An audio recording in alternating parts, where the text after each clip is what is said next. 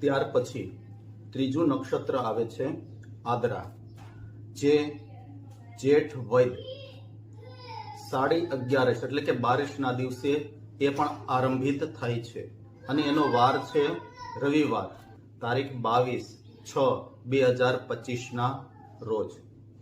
સમય છે સવારે 6:27. જેનું વાહન છે ઉંદર. એટલે કે વાતાવરણ અનુસાર વરસાદ રહે. એવું નક્કી નથી હોતું કે બધી જ જગ્યાએ વરસાદ પડે.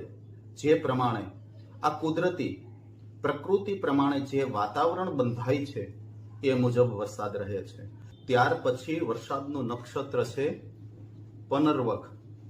પનર્વખ એટલે કે પુનર્વસુ.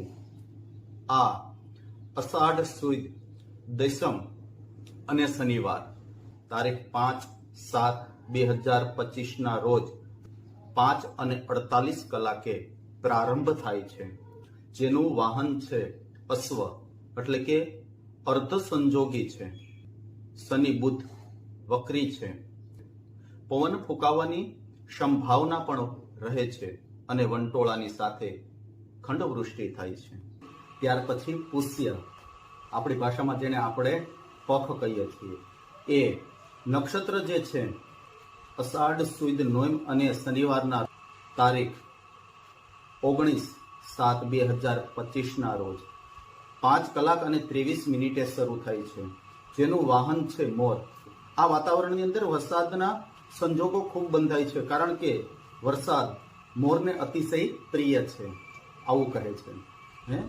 શાયદ સર્વત્ર સામાન્ય મધ્યમ વર્ગનો જે વરસાદ છે એ વરસે છે.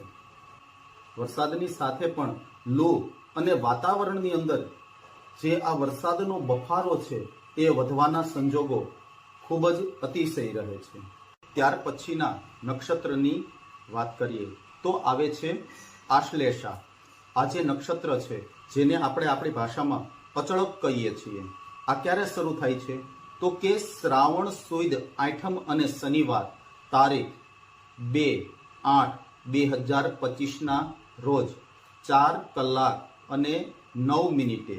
જેનું વાહન છે ગધેડું, જે વરસાદની અંદર અર્ધ સંજોગી બને છે.